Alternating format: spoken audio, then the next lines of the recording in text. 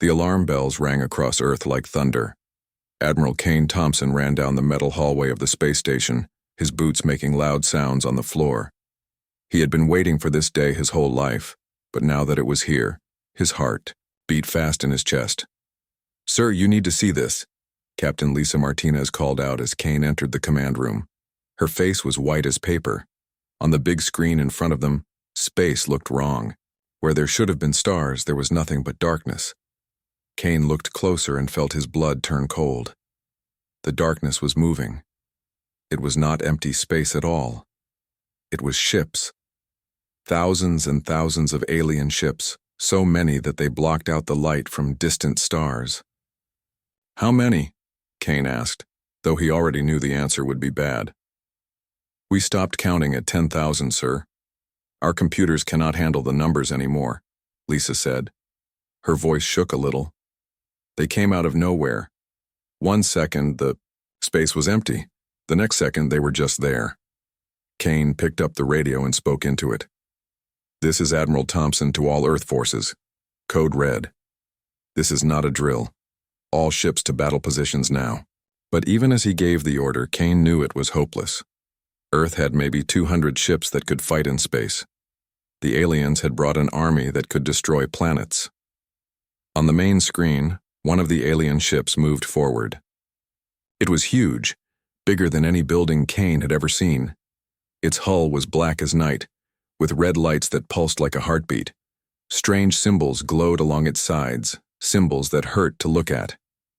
"Incoming transmission," the communications officer called out. His name was Lieutenant Dan Parker, and he had been working with alien signals for 5 years. But he had never seen anything like this. "Put it through," Kane said. The screen changed. Now instead of ships, they saw a face. It was not human. The skin was gray and smooth with no hair anywhere. The eyes were black with no white parts at all. When it spoke, its voice was like ice breaking. "I am Supreme Commander Vextal of the Galactic Hegemony. You will listen and you will obey." Kane felt anger rise in his chest, but he kept quiet. Lisa grabbed his arm, her fingers tight. "Your species has been watched for many years. You are young and weak. You fight among yourselves like animals. You poison your own world. You are not ready to join the galaxy." The alien's face showed no feeling at all. It could have been talking about the weather. "But the galaxy has use for slaves. Your hands can work. Your backs can carry loads. Your minds can solve simple problems. So we give you one chance." Kane's hands made fists. Around the command room, other officers looked angry too. But they all knew there was nothing they could do against so many ships. "You have one day. Surrender your leaders. Surrender your weapons. Surrender your ships. Do this and your species will live to serve the Empire. Refuse and we will turn your world to ash." The transmission cut off. The command room was quiet for a long moment. Then everyone started talking at once. "Sir, we have to contact the President," Lisa said. "Get me a line to Luna Base," Kane ordered.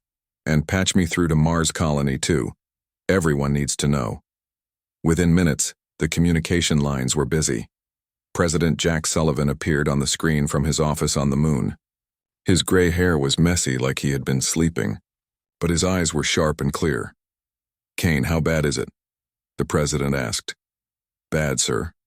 Worse than our worst plans. They have enough ships to take on the whole galaxy." President Sullivan was quiet for a moment. Kane could see him thinking hard.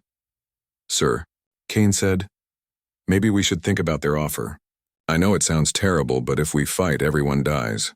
If we surrender, at least some people live." The president looked at Kane for a long time. Then he smiled. It was not a happy smile. It was the kind of smile a wolf makes before it attacks. "Admiral Thompson, do you remember what happened the last time someone demanded that America surrender?" Kane thought about it. "We told them no, sir."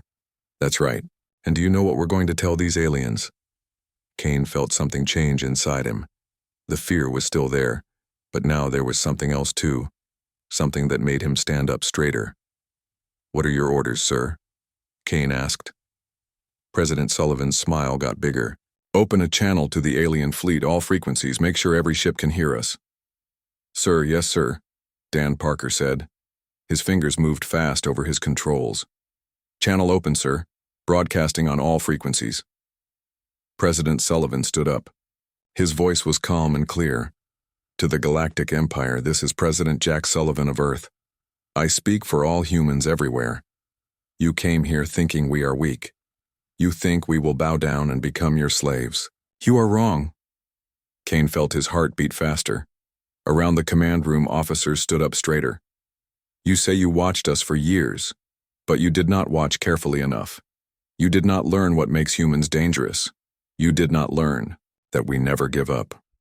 You did not learn that we fight hardest when things look impossible. The president's voice got harder. So here is Earth's official reply to your demand. We will not surrender. We will not bow down. We will not become your slaves. Instead, we give you this warning. Leave now. Flee while you can. Because if you stay, you will learn why humans survived when stronger species died out. The transmission ended.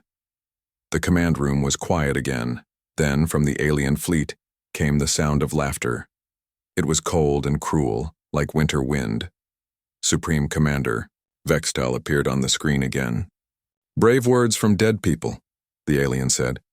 You have chosen death. We will begin in 1 hour. Prepare to die. The screen went black. Kane looked around the command room. Every face looked back at him. They were scared, but they were ready. Well, Kane said, I guess we better get ready to show them what humans can do. He picked up the radio again. All ships. This is Admiral Thompson. Battle stations. Today we make history. Deep under the Rocky Mountains, red lights started flashing. Dr. Amanda Wells ran through tunnels that had been carved from solid rock 50 years ago. Her lab coat flew behind her as she reached the main control room. The room was huge, with screens covering every wall from floor to ceiling. Amanda, thank God you're here, called out Dr. Robert Kim. He was sitting at a computer that looked nothing like the machines people used on the surface. This computer was different. It was made from metal that seemed to shine with its own light. How long do we have? Amanda asked as she sat down at her own station. Less than an hour before they start shooting, Robert said. The president just sent the activation codes. Operation Deepfire is a go.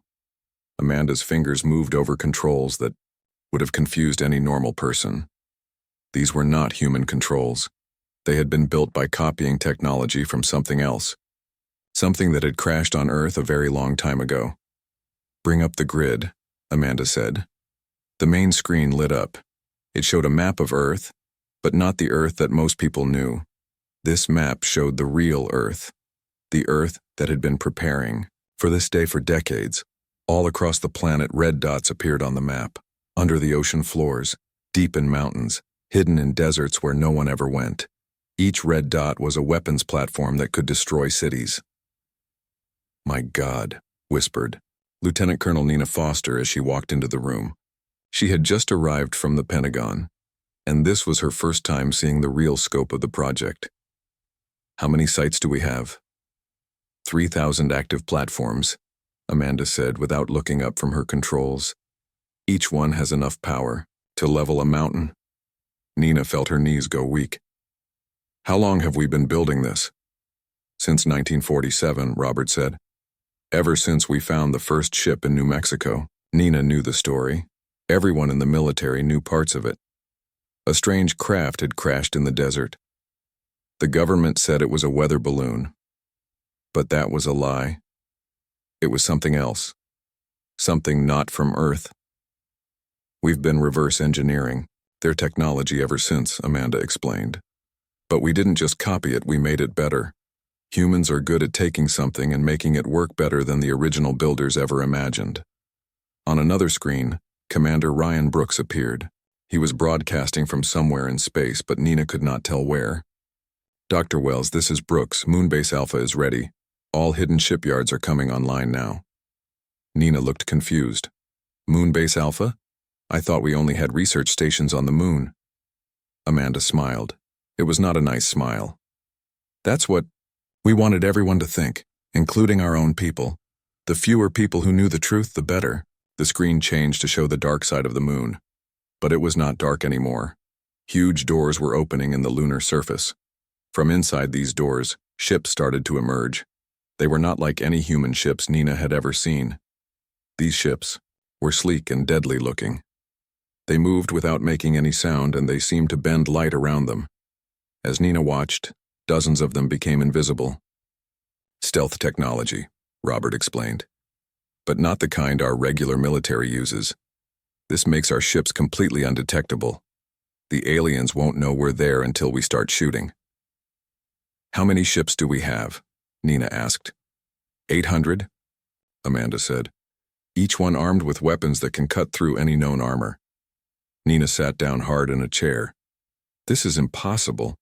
How did we build all this without anyone knowing? The same way we built everything else, Amanda said. Very carefully and very quietly. We've been planning for this day since before your grandparents were born. On the main screen, new red dots started appearing. These were not on Earth or the moon. They were scattered all through the solar system. Asteroid belt installations. Coming online, reported Captain Helen Wright from somewhere near Mars. All quantum cannons are charged and ready. Nina looked at the screen in shock. We have weapons in the asteroid belt too? We have weapons everywhere, Amanda said. The aliens think they're fighting a primitive species with a few chemical rockets. They have no idea what they're really up against. Another voice came through the speakers. This one belonged to Dr. Carol Stevens, who was working at a secret facility under the Pacific Ocean.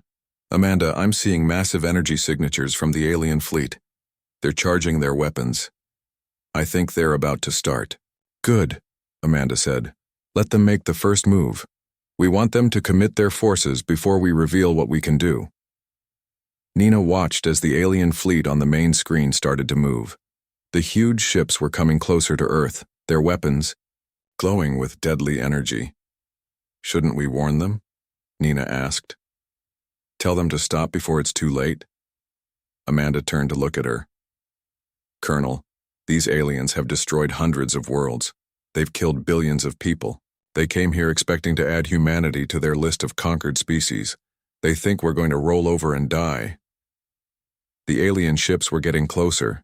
Nina could see weapons that looked big enough to destroy mountains pointing at Earth. They're about to learn something important, Robert said as he watched his instruments. They're about to learn that humans don't die easy. On the screen, the first alien ship fired. A beam of pure energy shot toward Earth. It was aimed at New York City, where 10 million people lived. The beam hit something before it reached the ground. There was a flash of light, and then the beam was gone. It had been stopped by a shield that no one on Earth was supposed to know existed. Planetary defense grid is working perfectly, reported Commander Brooks from his hidden position. All shields are holding. Nina watched in amazement as more alien beams hit the invisible shields around Earth. None of them got through. Now it's our turn, Amanda said. She put her hand on a control that looked like it had been made from crystal. All units. This is deep fire control. You are cleared to engage. Show them what humans can do. From hidden positions all around the solar system, human weapons started to fire back. But these were not the primitive weapons the aliens expected. These were weapons that could tear holes in space itself. The first alien ship to get hit simply disappeared. 1 second it was there. The next second, there was nothing but empty space. Direct hit on target 1, reported Captain Wright. Complete destruction confirmed. More human weapons fired. More alien ships disappeared. In the space of 10 seconds, 50 alien ships were destroyed. On the main screen, Nina could see panic starting to spread through the alien fleet. They had expected an easy victory against a primitive species. Instead, they were being destroyed by weapons they could not even see. This is impossible, came the voice of Supreme Commander Vextal over the radio. How are they doing this? Amanda smiled as she listened to the alien commander's confusion. The same way we've been doing everything else, she said to herself. Very carefully and very quietly. The battle for Earth had begun, and the aliens were about to learn that they had made a terrible mistake. Captain Steve Harrison gripped his chair as the Luna base shook around him. The alien fleet was firing everything they had at the moon, trying to destroy what they thought was humanity's main defense center. They had no idea that Luna Base was just one small part of Earth's real military power. Shields holding at 90%, called out Lieutenant Mike Chen from his station. Their weapons are strong, but not strong enough. Steve looked at the battle display in front of him. Red dots showed alien ships, while blue dots showed human forces. 3 hours ago, there had been over 10,000 red dots. Now there were less than 8,000. The aliens were losing ships faster than they could count. "Sir, incoming message from Admiral Davis," the communications officer said. Her name was Commander Janet Ross, and she had been tracking alien movements since the battle started. The main screen showed Admiral Marie Davis aboard the UEF Warrior. Behind her, Steve could see the bridge of humanity's most advanced warship. It looked nothing like the bridges on Earth's older vessels. "Steve, we're about to begin Phase 2, Marie said. "Are your people ready?" "Ready and waiting, Admiral," Steve replied. "Luna Base defense grid is fully operational." Marie nodded. "Good. We're going to draw their main fleet away from Earth. Once they follow us past Jupiter, you can activate the inter-system weapons." Steve watched as Marie's fleet began to move. The human ships were faster than anything the aliens had, and they used that speed like a weapon. They would appear behind an alien ship, destroy it, and disappear before the other aliens could react. "How are they doing that?" Supreme Commander Vextal's voice came over the intercepted alien communications. "Their ships move like ghosts." Dr. Janet Ross looked up from her science station. She had been working on something important while the battle raged around them. "Captain, I think I found their weakness." "What do you mean?" Steve asked. "I've been studying their communication signals. All their ships talk to each other using the same quantum frequency. It's like they're all connected by invisible wires."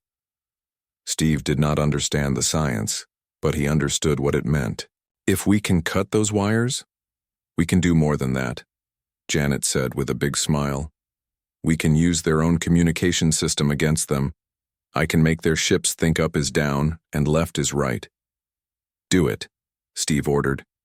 Janet's fingers moved, fast over her controls. She was sending signals that would confuse the alien computers. But she was doing something else too. She was learning how their technology worked. "Sir, look at this," Lieutenant Paul Green called out from the weapons station. He was young, but he was one of the best weapons officers in the human fleet. The alien ships near Jupiter just started shooting at each other. Steve looked at the display and started laughing. Janet's signal hack was working. The alien ships could not tell friend from enemy anymore. They were destroying themselves. "Captain Harrison, this is Commander Wright reporting from the asteroid belt," came a voice over the radio. Captain Helen Wright was in charge of the hidden weapons platforms that had been built inside large asteroids. "We're seeing massive confusion in the alien fleet. They're breaking formation." "That's our chance," Steve said. "All units begin general attack. Hit them while they're confused." From every direction, human weapons started firing. The aliens had thought they were fighting a few primitive ships. Now they discovered that humans had weapons hidden everywhere. Lieutenant Commander Alex Turner was leading a boarding party onto a damaged alien ship near Mars. His job was to capture alien technology and prisoners. But what he found inside the alien ship surprised him. "Captain Harrison, this is Turner." Alex's voice came through the radio. "You need to hear this. The aliens inside this ship are terrified. They keep saying something about the old ones and the return of the dead gods." Steve frowned. "What are they talking about?" Dr. Carol Stevens had been listening from her lab on Earth. She was humanity's best expert on alien cultures and languages. "Captain, I think they recognize something about us. Something that scares them." "Explain," Steve said. "I've been studying the alien prisoners we captured earlier. They keep looking at our DNA scans with fear. They act like they've seen our genetic pattern before." Before Steve could ask more questions, the battle display changed. The alien fleet was trying to run away, but they were not just retreating, they were fleeing in panic. "Sir, we're getting a transmission from the alien command ship," Janet reported. "Put it through," Steve ordered. Supreme Commander Vexital appeared on the screen, but he looked different now. His gray skin was pale and his black eyes were wide with fear. "This is impossible," the alien commander said. "Your species should not exist. You were destroyed eons ago. The records say you all died." Steve felt a chill run down his back. "What records? What are you talking about?"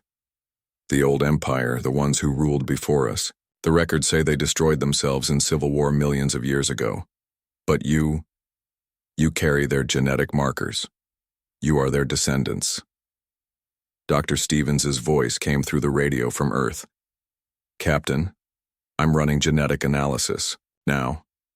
The alien is right. Our DNA contains genetic sequences that are incredibly old. Older than human civilization. Older than recorded history." "Impossible," Vexital said again. "The ancients are dead. We made sure of that." Steve felt anger building inside him. "You made sure of what?" "We hunted them down. Every world they lived on we destroyed. Every ship they built we turned to scrap. We thought we had killed them all." The truth hit Steve like a physical blow. "You committed genocide." "We had to," Vexital said. "They were too dangerous to live. They could adapt to anything. They could turn any technology into a weapon. They never stopped fighting, never surrendered, never gave up." Steve looked around the Luna Base Command Center. Every officer was staring at the screen, but some survived. Steve said quietly. "Some made it to Earth." "Yes," Vexital said. "And now you have grown strong again. Now you remember what you are." Dr. Stevens' voice came through the radio again. "Captain, I'm detecting massive energy signatures throughout human space. It's like our technology is waking up. Like it's remembering something." Steve watched as the human ships on the display started moving differently. They were faster now, more deadly. It was like they had suddenly remembered how to be perfect killing machines. "We are not the same species you destroyed," Steve said to the alien commander. "We are their children, and we are better than they were." "Impossible," Vexital whispered. "You wanted to make us slaves," Steve continued. "But you cannot enslave the children of the stars. You cannot defeat the ones who built the first ships and conquered the first worlds." The alien fleet was running now, but human ships were everywhere. There was nowhere to go.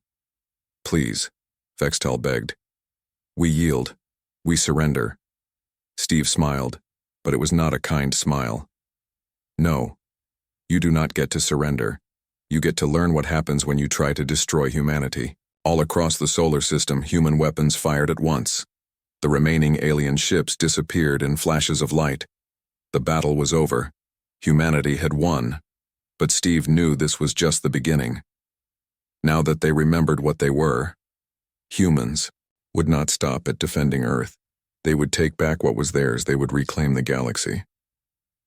General Tom Bradley stood in the war room deep beneath the Colorado mountains.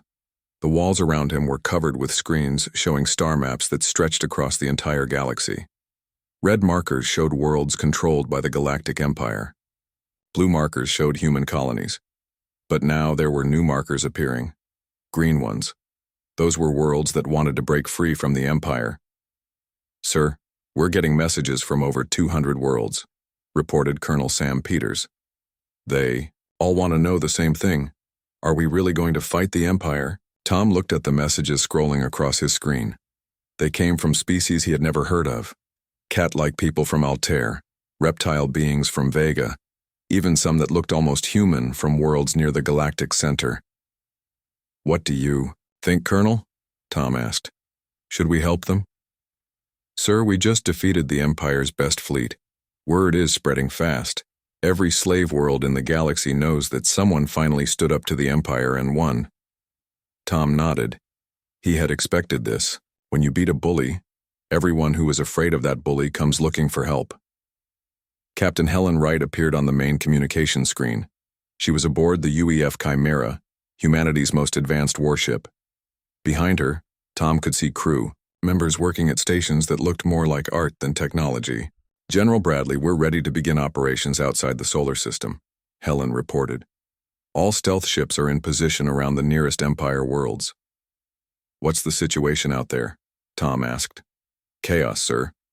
The Empire is pulling ships back from frontier worlds to protect their core systems. They're scared, and scared people make mistakes. Tom smiled. Good. Fear is a weapon too. On another screen, Commander Alex Turner appeared. He was leading the boarding teams that had been capturing alien ships and technology. General, you need to see what we found on the latest Empire ship we took. Show me, Tom said. Alex held up a small device that glowed with soft blue light. This is their memory core. It contains the complete history of the Galactic Empire, including records of something called the Great Purge. Tom felt his blood grow cold. Go on.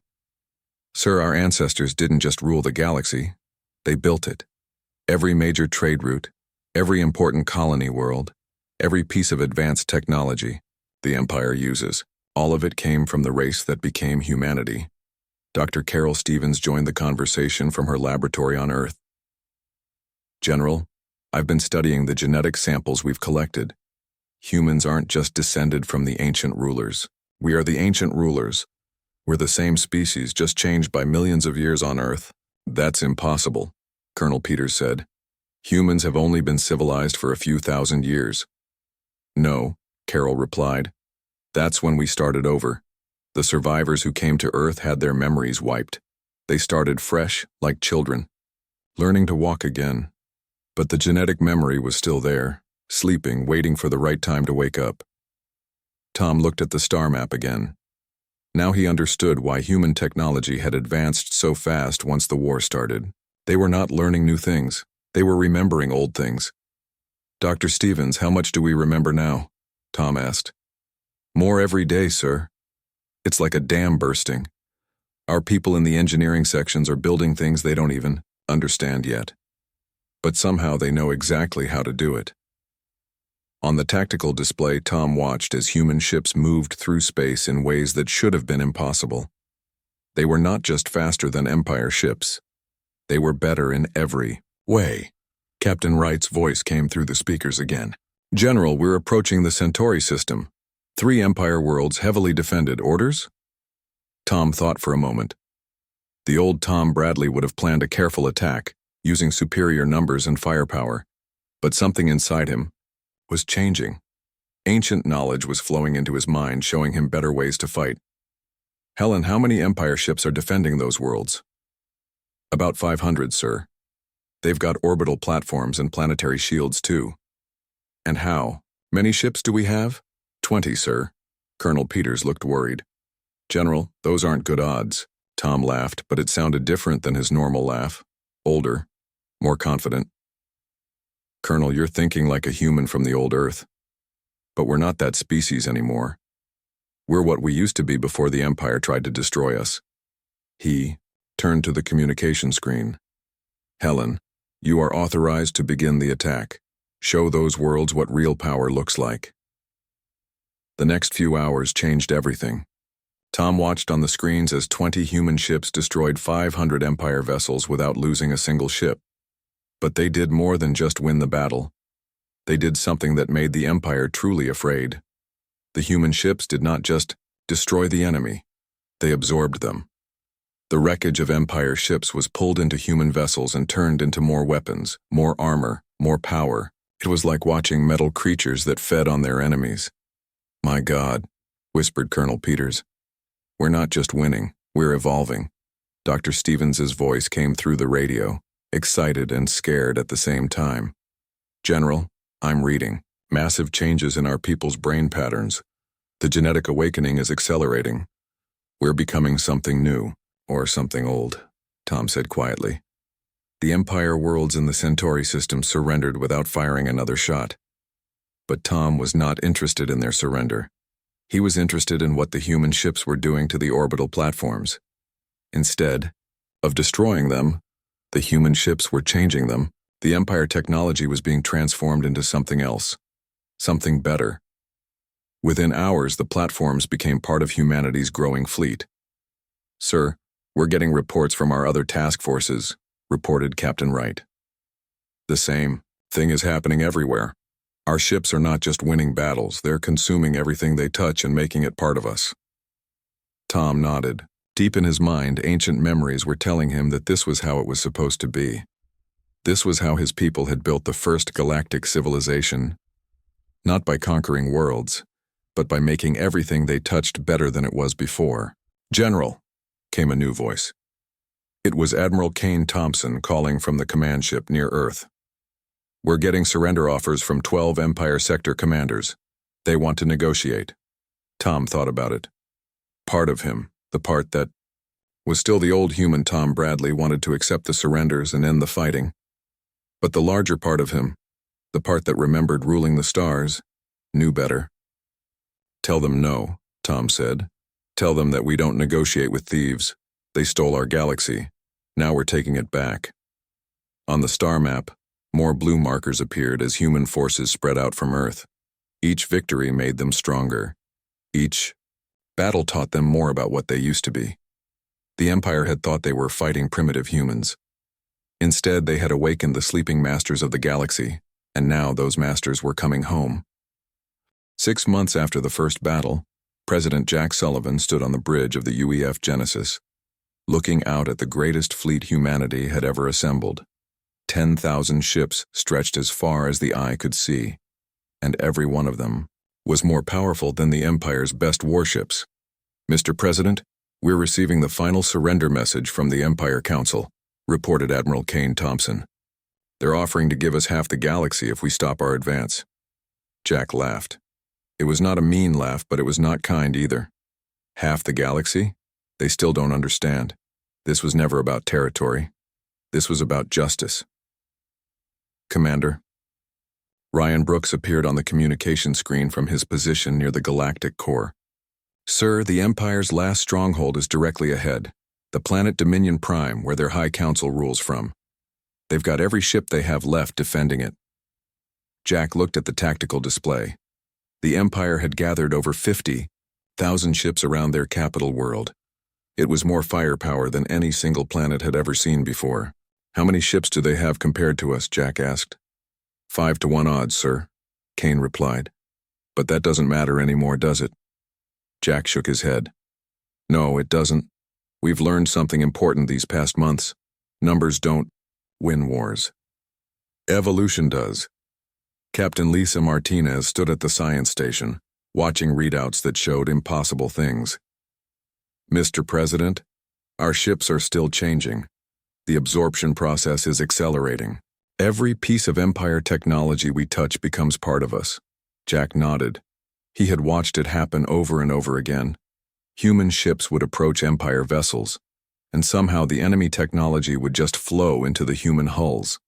The ships grew stronger, faster, smarter with each encounter. "It's like we're remembering how to be what we used to be," Lisa continued. "Our ancestors built the first starships. They created the first interstellar civilization. And now we're becoming that again." Dr. Carol Stevens joined the conversation from the medical bay. "Mr. President, I need to report something important. The genetic changes in our people are complete. We're not the same species that left Earth 6 months ago." "Explain," Jack said. "Our brains are processing information faster. Our bodies are adapting to space travel without life support. Some of our people are even developing new abilities. It's like evolution is happening in fast forward." Jack thought about his own changes. He could see patterns in the star charts that had been invisible before. He could understand alien languages without translation. Sometimes he knew what his officers were going to say before they said it. "Sir, incoming transmission from Dominion Prime," the communications officer reported. "It's the Empire's High Council." "Put them through," Jack ordered. The screen showed 5 alien beings sitting at a curved table. They were different species, but they all looked old and tired. Their leader was a tall, thin creature with blue skin and silver eyes. "I am High Counselor Zethron," the alien said. "We wish to discuss terms for ending this conflict." Jack stood up straighter. "There are no terms to discuss. You tried to make humanity your slaves. You failed. Now you face the consequences." "Please," Zethran said. You don't understand what you're doing. If you destroy the Empire, the galaxy will fall into chaos. Millions will die. Millions already died when you built your empire, Jack replied, including my ancestors, the ones you hunted down and murdered because you were afraid of them. Zethran's silver eyes grew wide. You know? We know everything, Jack said. We know that you found our ruins on dead worlds. We know that you stole our technology and called it your own. We know that you spent 1,000,000 years convincing yourselves that you were the rightful rulers of the galaxy. We brought order, Zethran said weakly. We brought peace. You brought slavery, Jack corrected. You brought fear. You brought death to anyone who dared to resist you. Captain Helen Wright's voice came through the radio from her position near the enemy fleet. Mr. President, the Empire ships are powering up their weapons. I think they're going to make one last stand. Jack looked at the tactical display. The Empire fleet was moving into attack formation, 50,000 ships against 10,000. In the old days, those would have been impossible odds. All ships. This is President Sullivan, Jack said into the communication system. Today we finish what our ancestors started. Today we take back our galaxy. Today we show the universe that humanity never stays down for long. The battle began with a flash of light that could be seen from distant star systems. Empire ships fired weapons that could destroy planets. Human ships responded with weapons that could tear holes in space itself. But something strange happened as the battle continued. The human ships did not just fight back. They began to sing. It was a sound that had not been heard in the galaxy for 1,000,000 years. The song of the ancient builders, the ones who had first reached for the stars. Empire ships began to shut down, not because they were destroyed, but because their crews could not bring themselves to fight against the song. Deep in their genetic memory, every species in the galaxy remembered the builders. They remembered the ones who had brought light to the darkness between the stars.